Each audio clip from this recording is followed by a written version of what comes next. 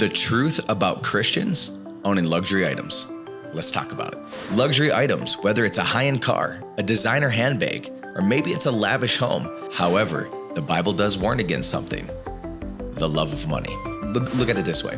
God blesses us, and in return, we bless others. Welcome back to Real Talk with Tate, where we talk about topics that will make you think, challenge you, and help you grow in your faith. Hey, my name is Tate Stevens, and we're exploring the question today that we get asked all the time. There's Instagram pages made about it. All of this stuff is, can Christians own luxurious items? How do we reconcile the idea of owning luxurious things with biblical teachings and having a heart of generosity? Let's dive into it. Luxury items, whether it's a high-end car, a designer handbag, or maybe it's a lavish home, have always been a part of society.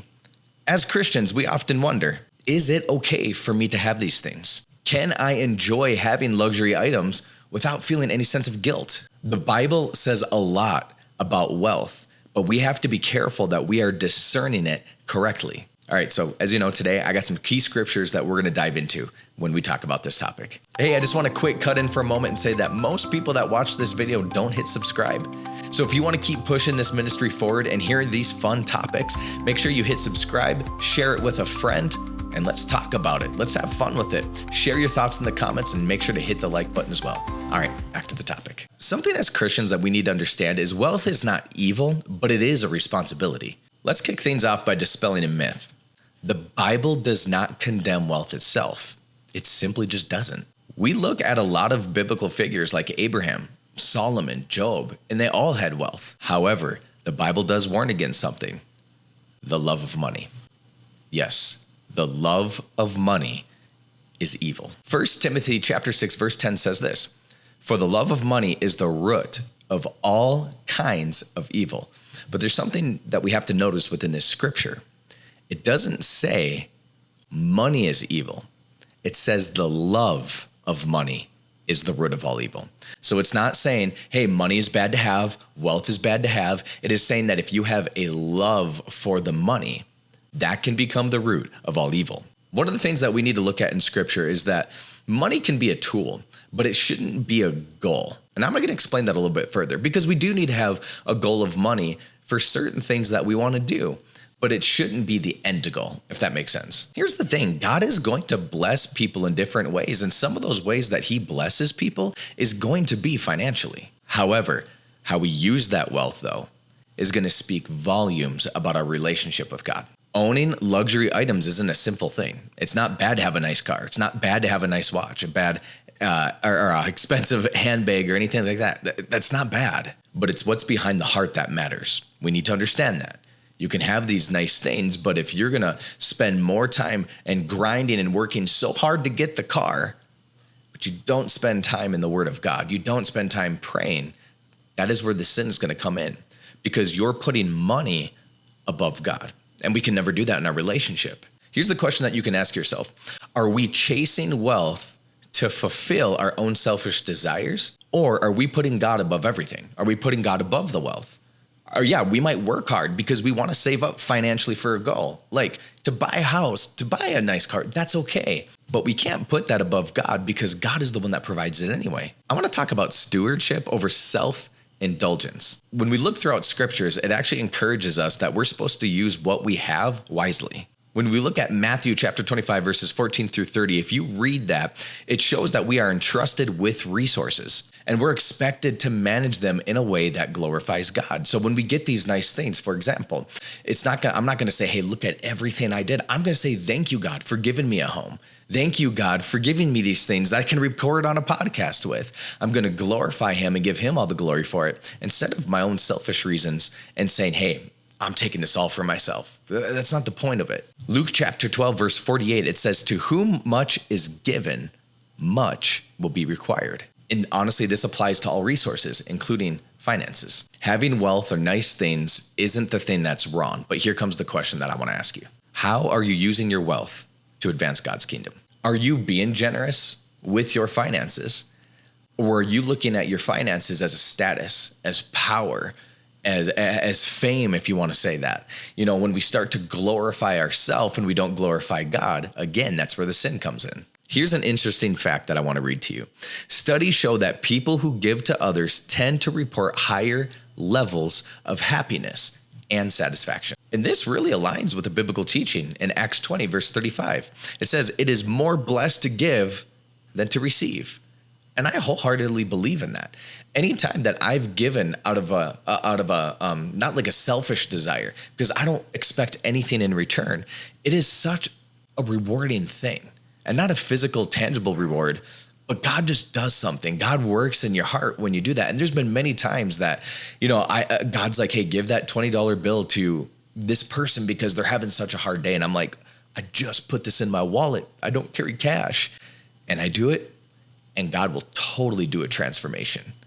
And God will totally work in that whole scenario. And it's truly incredible. All right, so now let's talk about contentment and greed. When we look at scriptures, there's a major theme of contentment. When you read a lot of Bible stories, when you read just throughout the scriptures in general, the Bible really urges us to be content in what we have.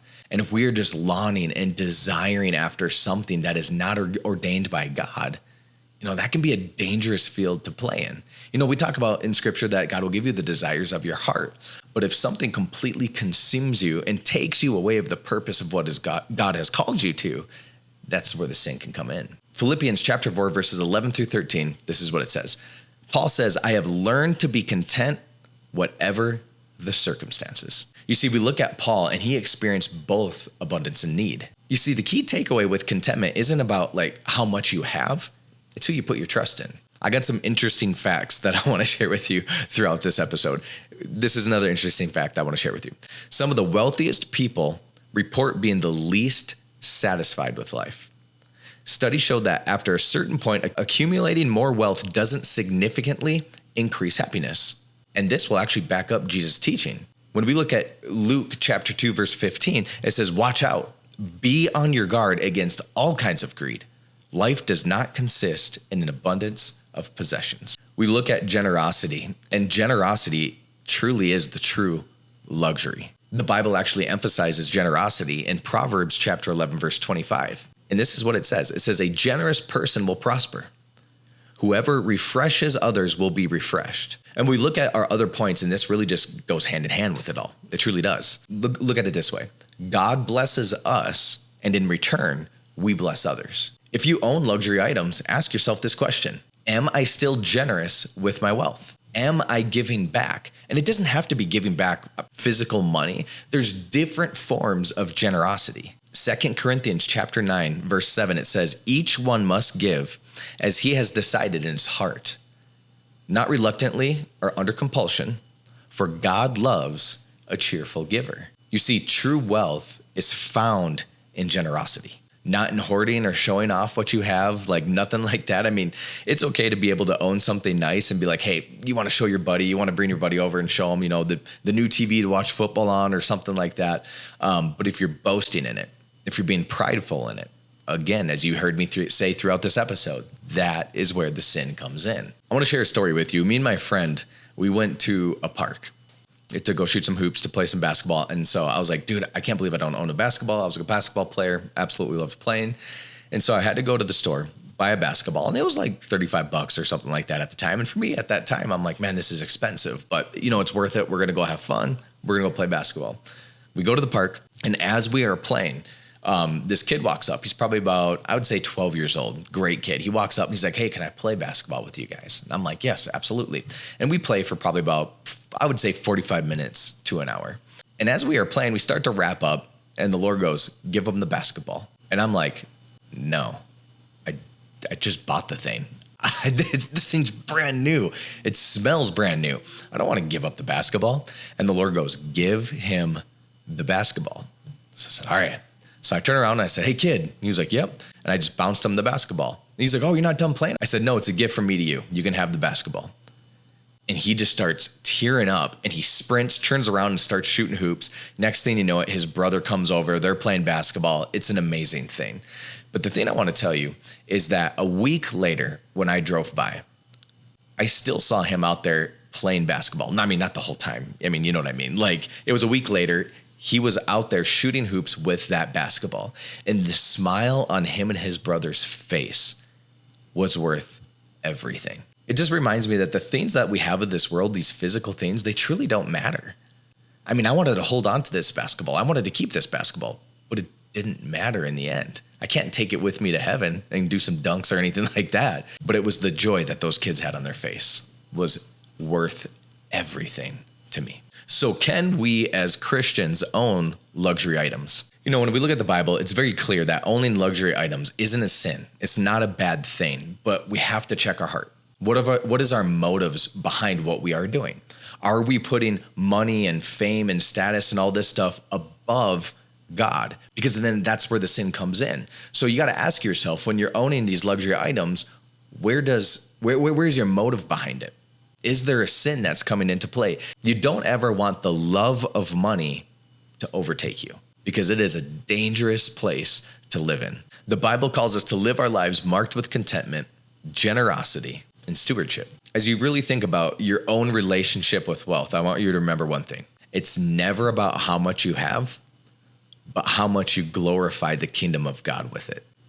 That is crucial. That is key. Let's share an interesting fact to kind of end out the segment, because we've been sharing interesting facts throughout it. Here's a cool fact for you.